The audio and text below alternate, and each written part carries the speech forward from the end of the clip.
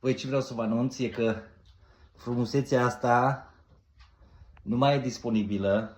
Deci îmi scrie lumea în continuu pentru ea, dar din păcate nu mai e disponibilă. Astăzi și-a găsit noua ei familie, să zic așa. Frumusețea asta de Freya o să ajungă la o familie frumoasă, cu copii, cu niște copii superbi, frumoși, care o să aibă grijă de ea, o să o iubească, o să o facă să se simtă parte din familie exact ca la noi.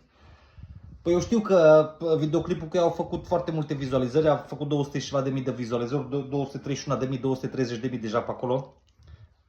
Zilnic aveam 30-40 de mesaje pentru ea.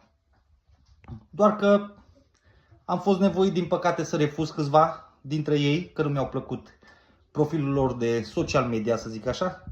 Dar acum Freya are familie, uitați-o ce frumoasă e. Așa că nu prea mai are rost să mai îmi scrie lumea pentru ea, că are familie. Așa e Freya frumoasă de tati. Uite cu tati pe ea. Ce frumoasă e. Pa, pa!